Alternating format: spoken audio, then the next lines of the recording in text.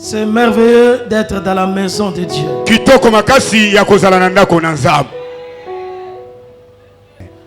Alors, j'ai deux beaux passages. De beaux passages de la Bible. Nous lirons dans le livre de Lamentation de Jérémie. Et nous lirons également dans le livre des psaumes.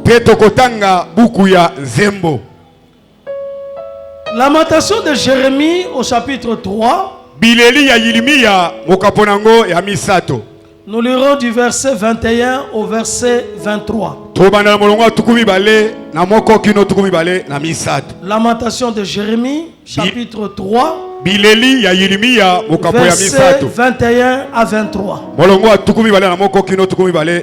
puis nous prendrons les psaumes. Psaume 27. Psaume de David. Où nous lirons deux versets. Le verset 13 et le verset 14. Donc les deux derniers versets de psaume 27.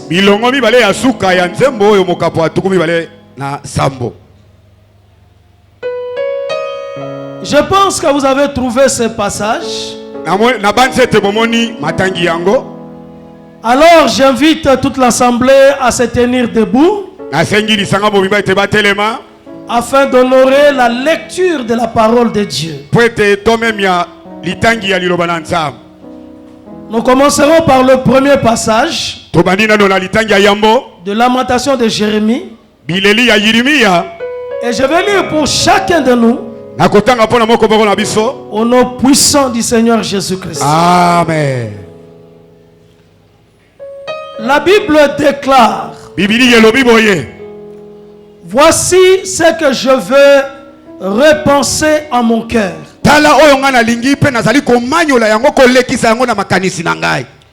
Les bontés de l'Éternel ne sont pas épuisées. Ses compassions ne sont pas à leur terme. Elles se renouvellent chaque matin. Oh, que ta fidélité est grande. Là, c'est le premier passage. Le deuxième passage, Psaume 27, verset 13-14. Oh, si je n'étais pas sûr de voir la bonté de l'Éternel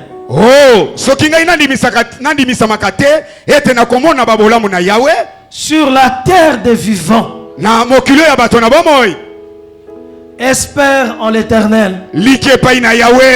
Fortifie-toi et que ton cœur s'affermisse. Espère en l'Éternel. Parole du Seigneur. Je l'aime et je l'accepte. On acclame très fort pour ces deux passages.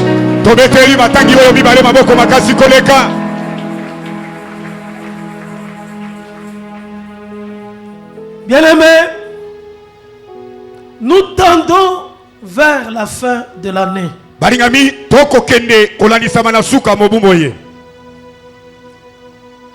Mais notre vie continue et notre marche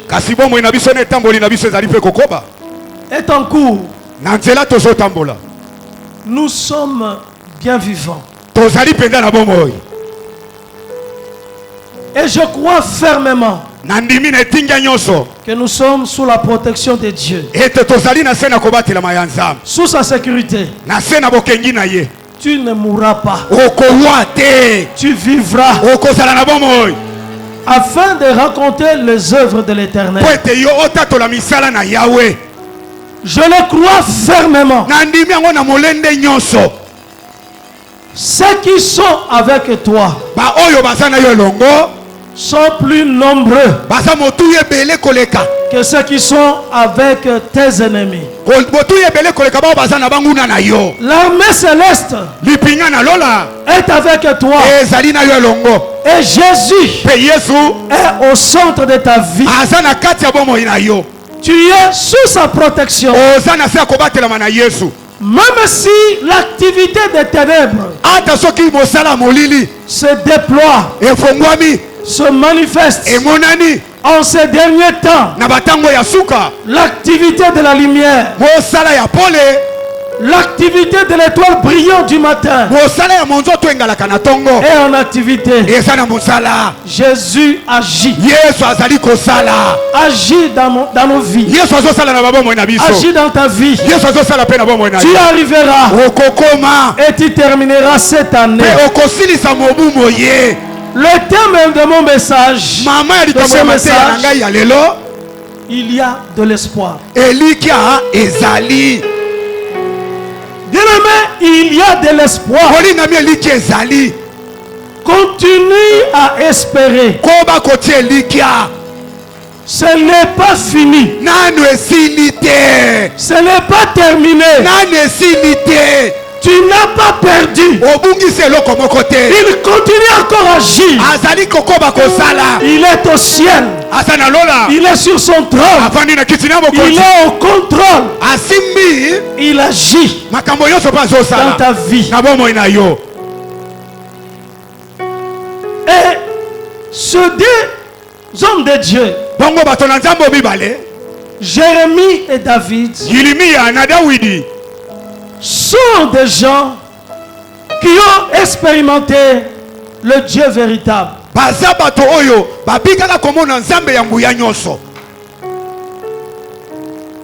Et ils ont témoigné.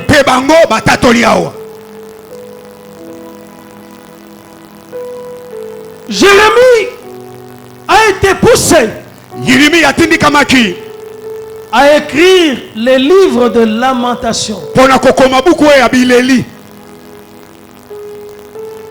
Parce qu'il était le témoin. Le témoin direct des événements qui étaient passés. Les événements qui étaient passés à Jérusalem, en Juda. Et cette déclaration est une déclaration puissante. Malgré que le temps était sombre. Malgré que le temps était difficile. Mais Jérémie a dit, c'est que je veux repenser. Faire passer, repasser, faire passer, repasser dans mon cœur. C'est que les bontés de l'Éternel ne sont pas épuisées. Ses compassions ne sont pas à leur terme. Elle se renouvelle chaque matin. À cause de quoi? De la fidélité de Dieu. Aussi vrai que Dieu est fidèle.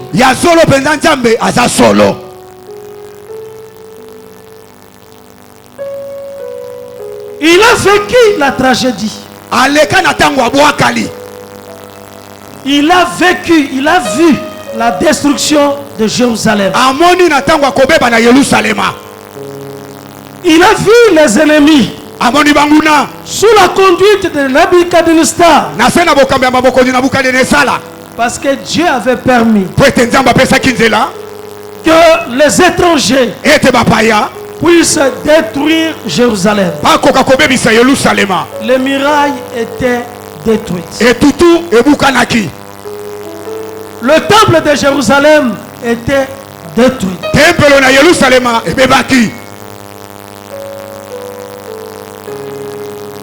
Le palais royal était rasé. Les nobles des Juifs, les jeunes gens, étaient déportés à Babylone. C'était une grande désolation. Et il s'est mis à pleurer. Jérémie a pleuré. Jérémie s'est lamenté du sort de Jérusalem, de Juda. Le peuple qui a des promesses, le peuple en alliance avec Dieu. Juda est le territoire d'Emmanuel. Mais ils ont vécu la tragédie. Il a cherché l'explication. Il a trouvé l'explication. Mais au-delà de l'explication, il a cherché la réponse de Dieu. La restauration de Dieu. Bien-aimé, quelles que soient les épreuves, quel que soit le temps que tu peux traverser, quelle que soit la difficulté qui peut arriver, quelle que soit l'attente dans laquelle tu te trouves, l'attente, le fait que tu attends, la réponse de Dieu est là, et sur ton chemin. Tu ne dois jamais oublier quelle est la nature de ton Dieu. Le Dieu que tu pries, il est bon. Le Dieu que tu pries, il est miséricordieux. Le Dieu que tu invoques, il est fidèle. Fidèle à sa parole, fidèle à ses promesses, fidèle à son alliance. Le Dieu que tu sers, il ne peut t'abandonner. Dieu peut être en colère pour un instant, mais sa bonté durera toujours. Mais sa miséricorde durera toujours. Sa compassion durera toujours. Toi tu es dans la main de Dieu. Toi tu es en alliance avec Dieu. Tu ne peux pas être délaissé. Tu t'en sortiras. Et tu arriveras. Mets confiance en l'Éternel. Il agira. Recommande ton sort à Dieu. Il interviendra. Quelle que soit la guerre, quel que soit le problème, il est là avec toi. Il agira. Bien-aimé, 11 mois sont passés, mais ce n'est pas terminé. Ta vie ne s'arrête pas. Ta vie continue. Bien-aimé, Jésus est au ciel. Il est Seigneur. Le Seigneur de ta vie. Tu arriveras. Moi je le crois. Ne désespère pas. En tout cas, ne lâche pas les bras. Ne te décourage pas. Mais sois fort. Car celui qui se confie en Dieu, il renouvelle. Il renouvelle ses forces. Il ne se fatigue pas.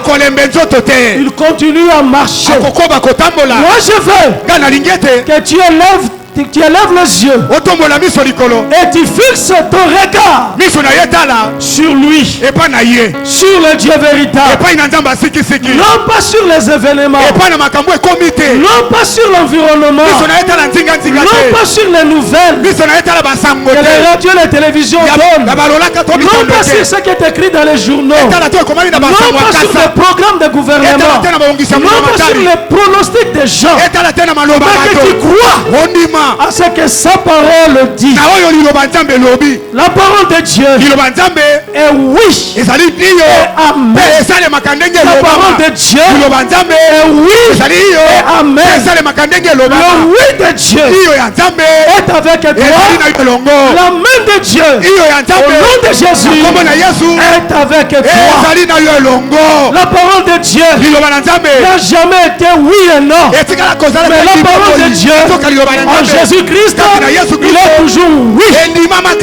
Ce que Dieu dit, c'est ce qu'il fait, c'est ce qu'il fera. Il est le seul qui prédit et qui réalise ce qu'il a prédit.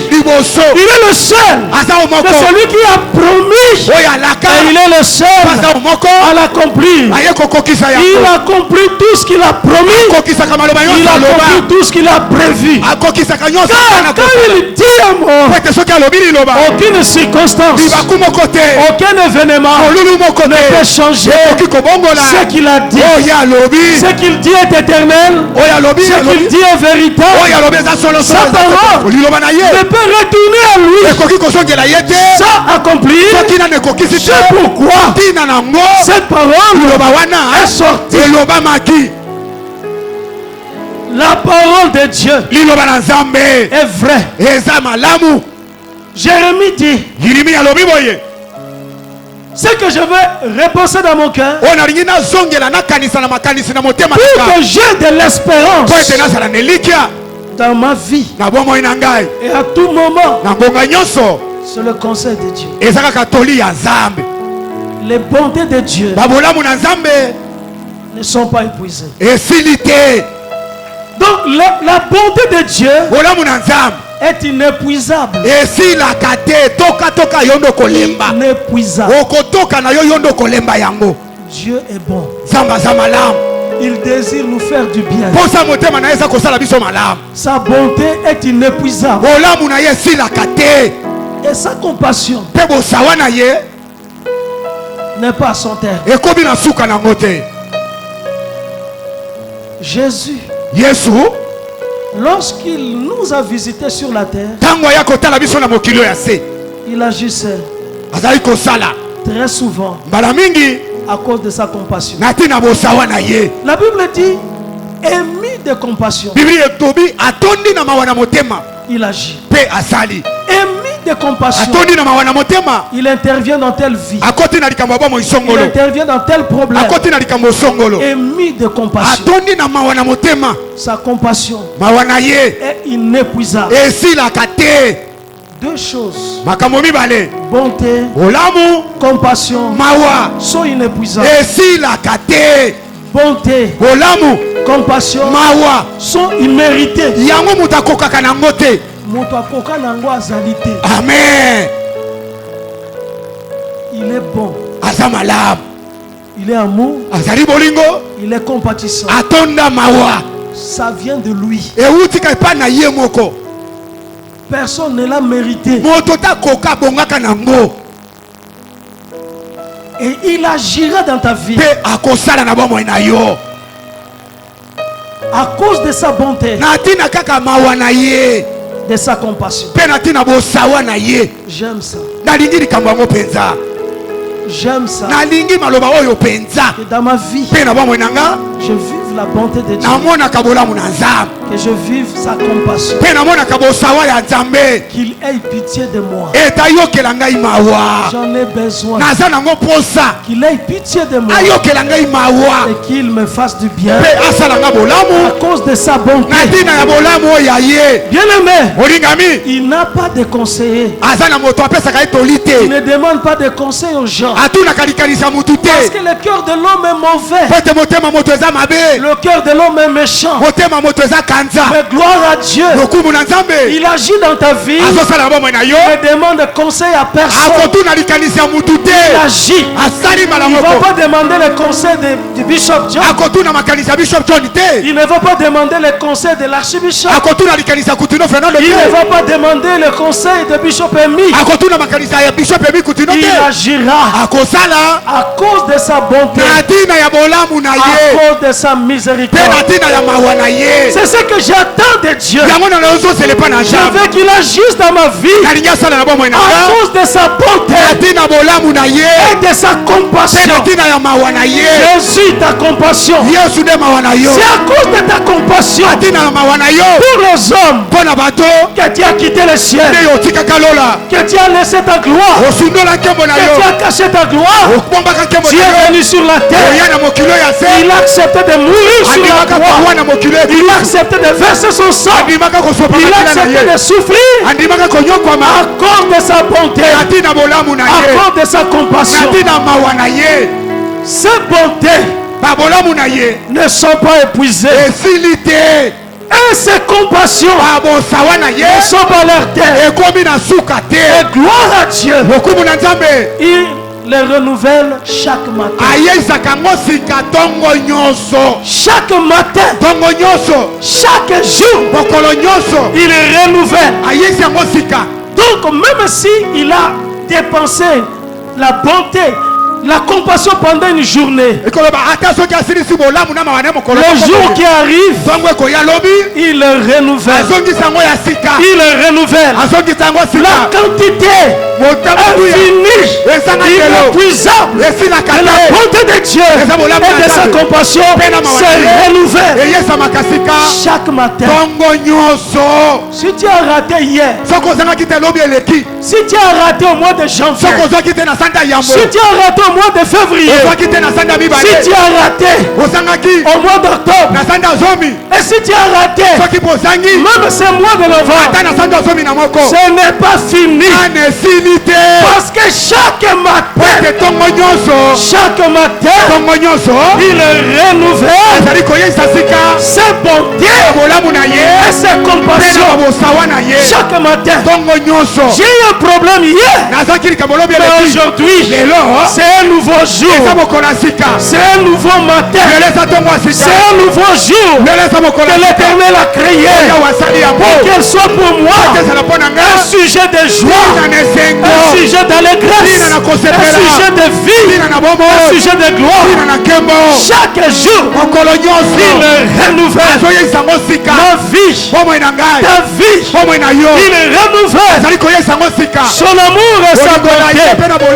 Chaque jour, les combats d'hier sont des combats passés. Ce qui est passé est passé. Ce qui est passé est dépassé. Et ce qui est dépassé est rejeté. Crois-moi bien aimé, hier c'est déjà derrière. C'est déjà derrière toi. Tu es l'homme d'aujourd'hui. Tu es le frère d'aujourd'hui. Tu es la soeur d'aujourd'hui. Ta vie c'est aujourd'hui. Il dit, moi je suis le grand je suis. Il est le Dieu présent. Il est le grand je suis. Il agit maintenant. Il agit aujourd'hui. Crois-moi, ce qui est passé est passé. Moi je compte sur la bonté de Dieu. Aujourd'hui, je compte sur sa compassion. Aujourd'hui, et je vais le vivre aujourd'hui. Chaque jour, chaque matin, c'est un nouveau jour. C'est pourquoi il nous a demandé de demander le pain quotidien, de demander le pain de ce jour. Et c'est chaque jour qu'il donne son pain. C'est chaque jour qu'il pourvoit nos besoins. Je n'ai pas besoin de chercher le pain pour une semaine, pour un mois, pour une année. Mais j'en ai besoin chaque jour. Chaque matin, j'ai besoin du pain. Et il pourvoit. Il me donne le pain quotidien. Il répond à mes besoins. Il répond à nos besoins tous les jours. Ce qui veut dire, toi et l'autre, tu n'es pas en retard. Parce que les jours commencent au même moment. Même ceux qui m'ont gagné, mais les lois comme les bandits, ils allaient nous colonner sika, à renouveler bonté na yé, à renouveler compassion na yé, retard réalité. Amen. Yo banda les lois, parce que les lois ezaya yo. Amen. Il renouvelle chaque matin. Chaque matin. Et quelqu'un qui comprend la parole de Dieu, la pensée que Dieu a renouvelée à Jérémie, c'est quelqu'un de joyeux. Même si tout autour il y a des problèmes, mais tu seras joyeux, tu seras content, parce qu'il a renouvelé chaque matin sa bonté, ses compassions. Oh, ta fidélité. Oh, ta fidélité. C'est-à-dire, Dieu fidèle signifie digne de confiance. La fidélité, c'est être digne de confiance. Dieu tient à sa parole. Dieu tient solidement à ce qu'il a promis. Dieu soutient sa parole dans chacune de nos vies.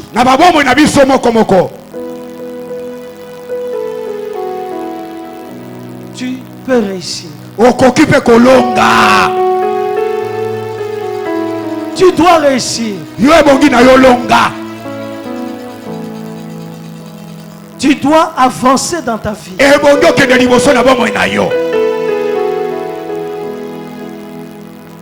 Le calendrier de Dieu, celui qui contrôle.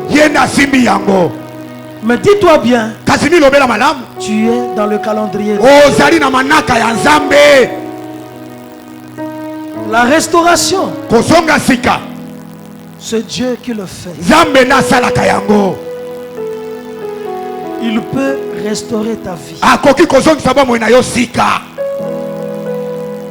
Il peut restituer ce que tu as perdu.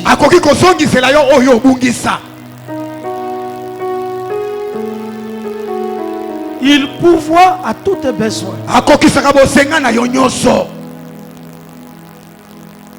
Dieu est bon.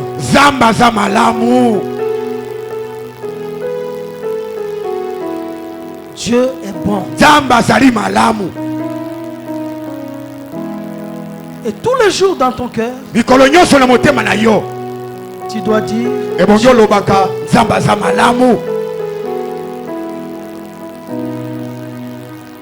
ne te condamne pas.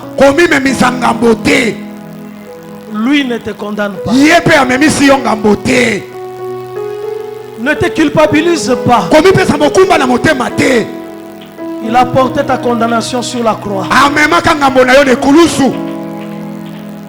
Il t'a justifié.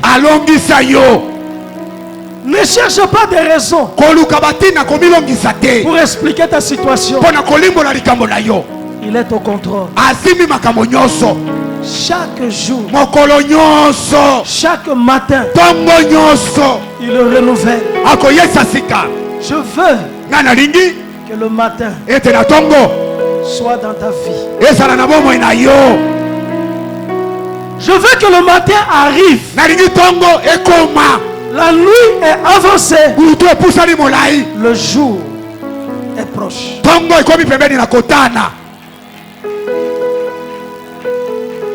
Que lui, le soleil levant, qu'il se lève dans ta vie. Les ténèbres molili ne régneront pas toujours. ekokonza libela te. Les pleurs Bileli ne sont pas là pour toujours. ezali te mpo na libela. Il y a un temps pour tout. likambo na likambo eza na ntango nango. Il y a un temps pour pleurer, eza na ntango ya kolela, mais il y a aussi un temps pour se réjouir. eza mpe na ntango ya koseka. En tout cas, le temps de pleurs ntango ya bileli doivent passer. ebongi eleka, Et le temps de joie mpe ntango ya koseka doivent s'établir. ebongi ebanda. Je veux ngai nalingi l'établissement du jour dans ta vie. kobanda kotana ntongo na bomoi na yo. Je veux que le matin nalingi ete ntongo existe dans ta vie. etana mpe na bomoi na yo. Le matin pour toi, ntongo mpo na yo, que le matin arrive. mpe ntongo ezali koya. Que le repos arrive. mopemi mpe eya. Que la grâce de Dieu ngolu na nzambe surabonde dans ta vie. efuluka na bomoi na yo. Là où le péché abondait, esika masumu ezalaki kotonda, la grâce ngolu a surabondé. efuluki. Que la grâce surabonde. ngolu efuluka Parce qu'il renouvelle mpo ete azali koyeisa sika ses bontés et ses compassions. bamolamu na ye mpe babosawa na ye. À partir de ces paroles, kobanda na maloba maye, Jérémie qui pleurait, yirimi abanaki kolela, Jérémie qui pleurait sur Jérusalem, yirimi abanaki kolela na ntina na Yerusalema, il a eu de l'espoir. azwaki elikya. Et quand l'espoir est entré dans le cœur de Jérémie, ntango eliki ekoti na motema na Yirimiya, Jérémie a eu la parole de Dieu Yirimiya azwi liloba na Nzambe. que je n'ai mis que pour 70 ans. Après 70 ans, nsima na mibu tuku sambo, les captifs bakangami na boloko reviendront à Jérusalem. bakobutwa na Yerusalema. Les murailles etutu seront rebâties. ekotongama lisusu, Le temple tempelo sera reconstruit. ekotongama lisusu.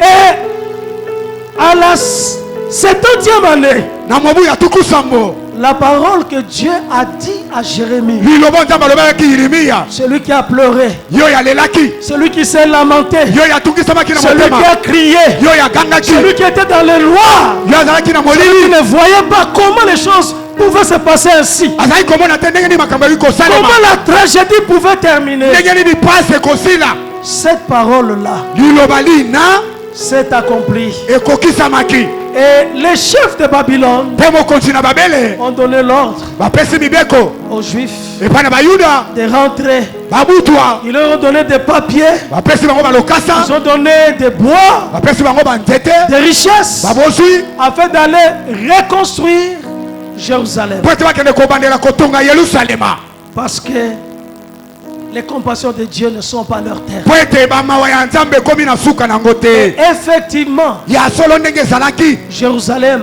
Yerusalema a été reconstruit. etongamaki lisusu, Effectivement, ya solo mpenza le temple a été rebâti tempele etongamaki lisusu sous la direction de Zorobabel. na se na bokambami ya Yorobabela. Et quand le moment est arrivé, ntango ngonga yango ekokaki, Dieu dit, Nzambe alobi, toi grande montagne, yo ngomba monene, grande montagne, ngomba monene, qu'est-ce que tu feras devant Zorobabel? okosala nini liboso ya Yorobabela?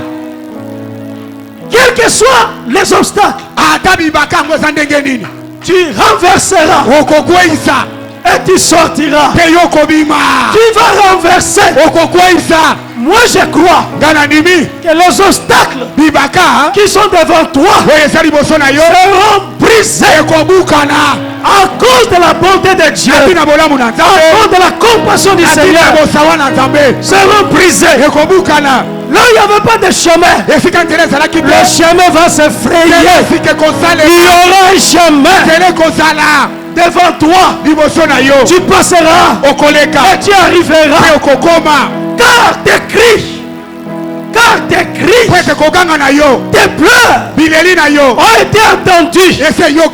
Tu as pleuré, tu as crié, ce cri, ces lamentations, ce pleurs, Dieu a vu et il veut penser, il veut essuyer, il veut que les choses changent et les choses changent dans ta vie. Tu verras de tes propres yeux la restauration de Dieu, l'intervention de Dieu dans ta vie. Tu le verras tel que Zorobabel a vu, toi aussi tu le verras tel que Daniel a vu, toi également tu le verras. Ce n'est pas fini, ton cas n'est pas perdu, ta situation n'est pas terminée. Moi je le crois. Tu te marieras, tu trouveras le travail, en tout cas tu gagneras. Ton commerce sera réparé, restauré, ton travail sera protégé. Le Dieu vivant continue à agir. Il change la situation, il change les choses. Il est le transformateur de vie. Il le fera. Pourquoi il le fera? À cause de sa bonté, à cause de sa fidélité. Tu le verras et tu le vivras. Ne désespère pas, ne te décourage pas. Sois comme Bartimée. Quand les gens disaient calme-toi, ne parle pas, il ne t'entend pas. Toi, au contraire, en cette fin d'année, tu dois continuer à crier, tu dois continuer à appeler, tu dois continuer à agir. Même en dernière minute, il le fera. Il le fera. Jésus est Dieu. Il le fera. Il s'arrêtera. Pour ton cas, il va s'arrêter. Moi je crois. Il va s'arrêter. Il s'arrêtera devant toi. Et il agira. Il agira. Quelles ont été tes attentes? Il le rencontrera. Il est Dieu. David, aussi cet homme, il a vécu des situations. C'est vrai que David était devenu roi.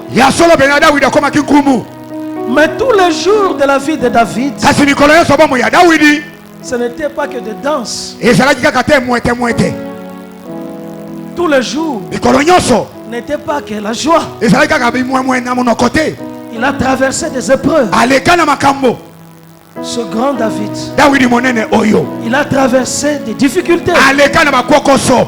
Il a traversé des trahisons. Même au sein de sa propre famille. David a été combattu par ses enfants. Par son enfant qui voulait le détrôner. Il a même été chassé du pouvoir. Il a vécu tout ça. Et il dit, même si une armée campe autour de moi, je n'aurai pas crainte. Mon cœur ne va pas trembler. C'est un homme d'expérience qui a parlé. Et il dit, si je n'étais pas sûr de voir la bonté de l'Éternel sur la terre des vivants, il était sûr chaque jour de sa vie, même si une difficulté apparaît, même s'il entre dans une épreuve, même s'il est dans un chemin difficile, même quand il traverse la vallée de l'ombre de la mort, il est traversé, il passait avec l'espoir, avec l'espérance qu'il vivra la bonté de Dieu, qu'il vivra ce que Dieu lui a promis. Dieu lui a dit il a le trône, il a le pouvoir de protéger son trône, de protéger sa vie. Dieu lui a dit qu'il serait un guerrier, un général, il fera des combats, il y aura des combats difficiles, mais il gagnera.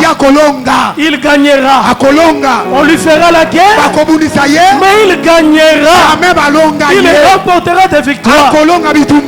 Crois-moi, bien-aimé, sur la nouvelle alliance, il y a toujours un conflit permanent. Un conflit permanent entre les forces du mal, entre les forces du diable et les forces de la justice. Il y a toujours un combat entre les croyants fidèles et ceux qui ne croient pas en Dieu. C'est un combat permanent. Ta vie est une vie de combat, mais un combat en différé, parce que Jésus a gagné sur la croix.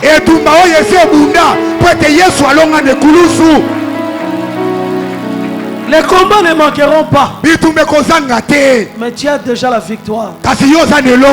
Tu es un plus que vainqueur.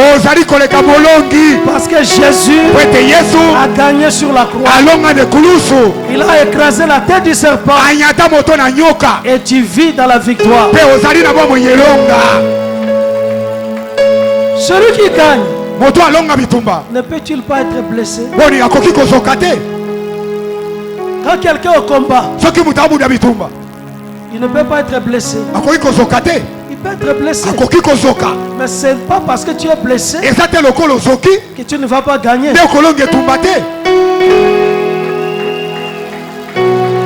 C'est pourquoi l'archbishop aime dire un gagnant ne lâche jamais. Un gagnant ne lâche jamais. Parce qu'il y aura toujours des combats. Il y aura des batailles. Il y aura des guerres. Ne croise pas les bras. Continue à se battre dans la foi. Car le juste vivra par la foi. Le juste vit par la confiance en Dieu. Continue à faire confiance en Dieu. Et à compter sur Dieu. Sur la terre des vivants. Sur la terre des vivants. Pendant que tu vis, tu peux réussir. Pendant que tu es là, tu peux faire des exploits.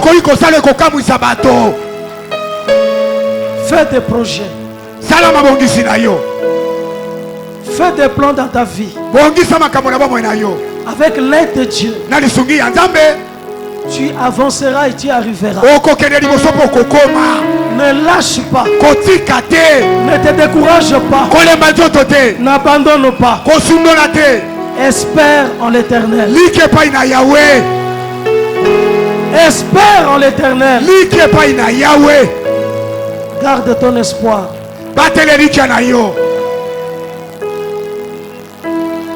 Maman Amy, dans son émission Tobon de Lelongo, elle disait très souvent, prolonge ton espoir. Continue à croire.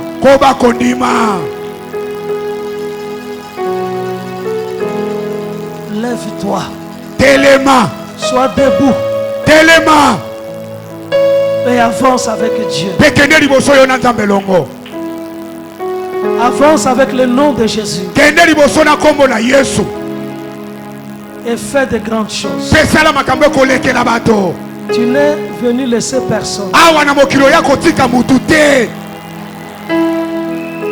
Toi aussi, tu peux gagner. Toi aussi, tu peux faire de grandes choses. Toi aussi, tu peux recevoir. Toi aussi, tu peux avoir une maison.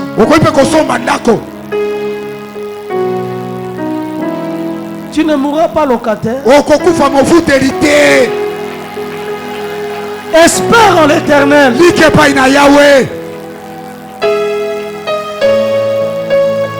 Commencez petit, c'est pas grave. Mais vivre toute la vie petit, c'est pas encourageant. Commencer petit, c'est pas grave. Un commencement faible. Un commencement difficile. C'est pas grave. Ceux qui sont arrivés loin, d'autres ont commencé très petit. Plus que même toi. Mais ils ont cru en Dieu afin d'arriver loin.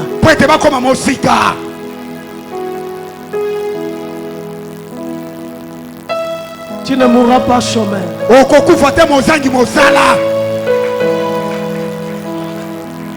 Tu peux trouver du travail.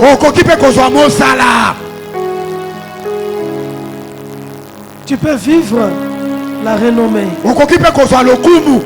l'élévation, la promotion.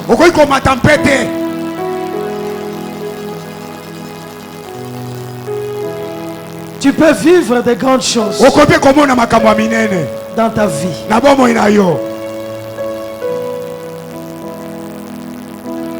Que la lumière de Dieu éclaire tes pas. Que la lumière de Dieu te conduise sur ton sentier. Et que tu arrives à faire de grandes choses. Espère en l'Éternel. Espère en Dieu.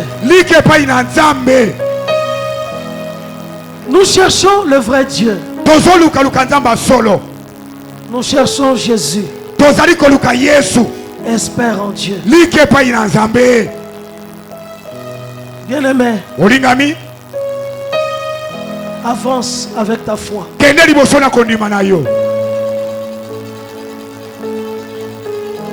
Ne mets pas une limite. Car tout est possible à celui qui croit. Tout est possible. C'est possible. C'est possible.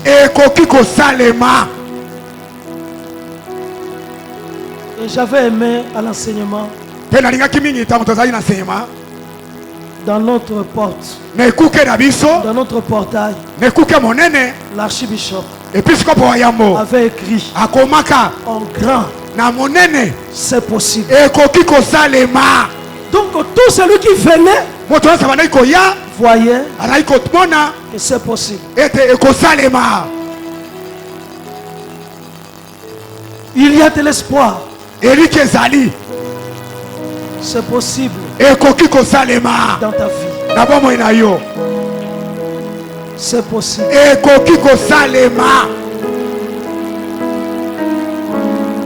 Rien n'est impossible à Dieu. C'est possible.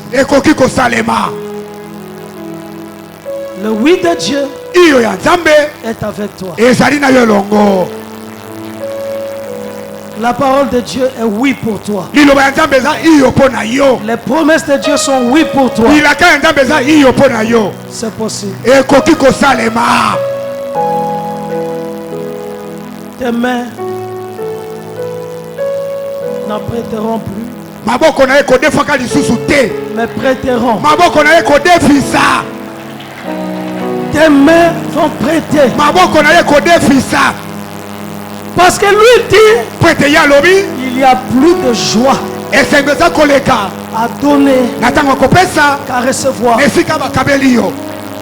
Toi aussi, yo pe lokola tu vas vivre cette expérience. okomona makambo oyo L'expérience de donner. makambo akopesa L'expérience de donner. makambo akopesa Pas seulement l'expérience de demander, ezaka te mais kosenga aussi de donner yo pe opesa et de vivre la joie pe omona esengo de donner. oyo ezalaka nsima kopesa mutu Tes mains donneront. maboko na ye kokabela bato Tes mains soutiendront. maboko na ye kosunga Tes mains soulageront maboko na ye kopesa esengo ceux qui ont le manque. na bato oyo bazali kozanga Toi aussi tu peux aider. yo mpe lokola okoki mpe kosunga En tout cas, il est arrivé que David a commencé à aider les gens. ekomaki ntango moko dawidi abandi kosunga bato Il a aussi aidé. ye mpe asunga bato Sa vie ne s'était pas terminée dans les problèmes. bomoi na ye esilaka te na makambo na makambo Mais il a commencé à aider. ye mpe asunga bato Il a commencé à pourvoir. abandi kokokisa bosenga bato Je veux que tes mains ngai nalingi ete maboko na yo puissent donner. ekabela bato Que tes mains maboko na yo puissent pourvoir ekokisa aux besoins de ta famille, bosenga ya libota na yo aux besoins de ta maison. bosenga ya ndako na yo Je veux ngai nalingi que celui qui te rencontre oyo akutani na yo puisse être soulagé, azwa esengo qu'il puisse être béni. apambolama Il suffit qu'on te rencontre ezaka moto akutana na yo et que l'homme puisse voir mbayo moko moto amoni sa vie bénie, bomoi na ye epambolami touchée, bomoi na ye esimbami changée. bomoi na ye bongwani Je le veux. nalingi yango Je le veux. ngai nalingi yango Toi aussi, yo mpe lokola tu peux trouver du travail à quelqu'un d'autre. okoki mpe kopesa motu mosala Tu peux faire que quelqu'un trouve du travail par ton chemin. okoki kosala ete na nzela na yo motu mpe azwi mosala Toi aussi, yo mpe lokola tu peux être l'instrument ou le canal de Dieu. okoki kozala esaleli ya nzambe Espère en l'éternel. like epai na yawe Je le crois dans le nom de nandimi Jésus. yango na nkombo na yesu Tu peux donner du travail aux autres. okopesa mpe moninga mosala Tu peux le faire. okosala yango Dieu crée des opportunités. nzambe akelaka mabaku malamu Afin qu'au travers de ces po ete na opportunités, nzela mabaku malamu wana beaucoup vivent également baike bamona mpe le miracle. bikamwa Au travers de ces opportunités. na nzela mabaku malamu wana Moi je le crois. ngai nandimi yango Que les gens trouvent du travail ete bakozwa mosala par ton chemin. na nzela na yo Mais que les gens trouvent également du visa. bato bazwa mpe mikanda ya mibembo Trouvent le voyage bazwa mibembo par ton chemin. na nzela na yo Par ton canal. na nzela na yo C'est possible. ekoki mpe kosalema Dieu peut le faire. nzambe akoki kosala yango Il peut le faire. akoki kosala yango Crois-moi bien aimé. olingami yo ndimela ngai Les bontés de Dieu babolamu na nzambe ne sont pas épuisées. esili te Ses compassions kosawa na ye ne sont pas leurs termes. ekomi na suka te Il le renouvelle. ayesaka yango sika Ma prière libondeli na ngai est que d'ici la fin de cette année, yambo tosilisa mobu moye qu'il continue akoba à multiplier koyikinisa sa grâce, ngolu na ye sa bénédiction, lipamboli na ye sa bonté bolamu na ye dans chaque vie. na bomoi moko moko Vivez la grâce de Jésus. omona ngolu na yesu Vivez la bénédiction de Jésus. omona lipamboli na yesu Soyez bénis kopambolama sur ton na chemin. nzela na yo Qu'il puisse aplanir le chemin. alongola mabaku Que les anges de Dieu batelu na nzambe travaillent avec toi basala na ye et elongo aplanissent le chemin. balongola mabaku na Fais nzela le chemin pour toi. basala nzela sika mpo na yo Réussissez. bolonga Dans ce mois qui reste, asante etikali tu puisses réussir. bolonga Et que les bonnes choses arrivent. makambo malamu eya Que ce que tu attendais, oyo ozalaki kozela tu puisses le toucher.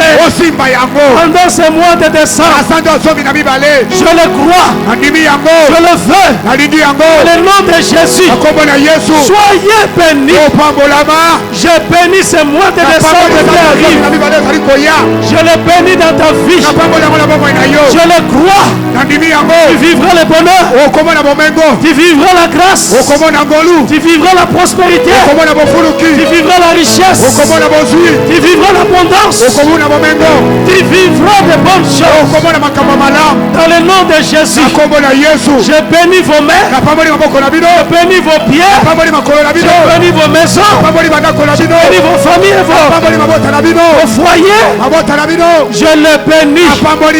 Je proclame la bénédiction. Je le fais. Dans le nom de Jésus. Soyez bénis. Réussissez. Soyez bénis. Réussissez. Que vos projets aboutissent. Que vos rêves s'accomplissent.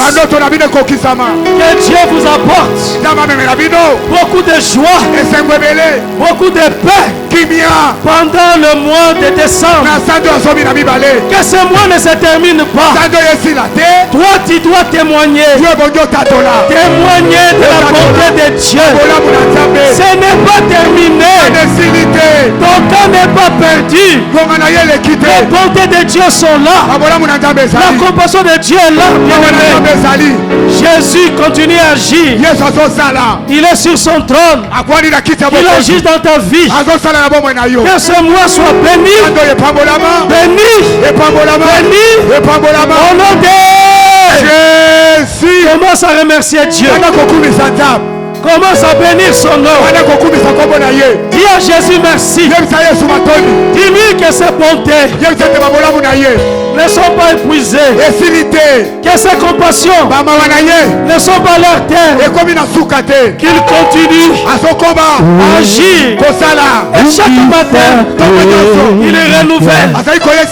Il est renouvelle sa bénédiction. Chaque matin, il est renouvelle son amour.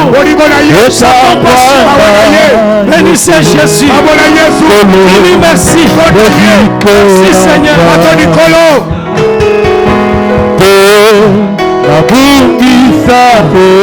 Ne perds pas ton espoir. Ne perds pas ton espoir. Ne désespère pas. Espère dans l'éternel. Continue à croire. Continue à avancer.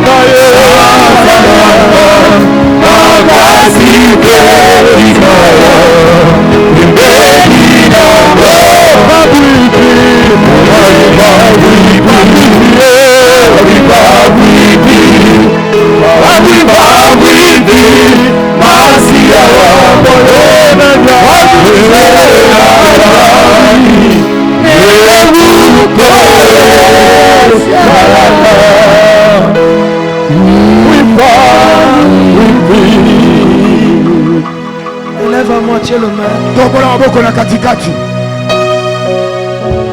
Seigneur, voici ces cœurs. Le cœur qui veut repenser que tes bontés ne sont pas épuisées, que tes compassions ne sont pas à leur terme, que ta fidélité durera toujours, que ton amour est inexpliqué.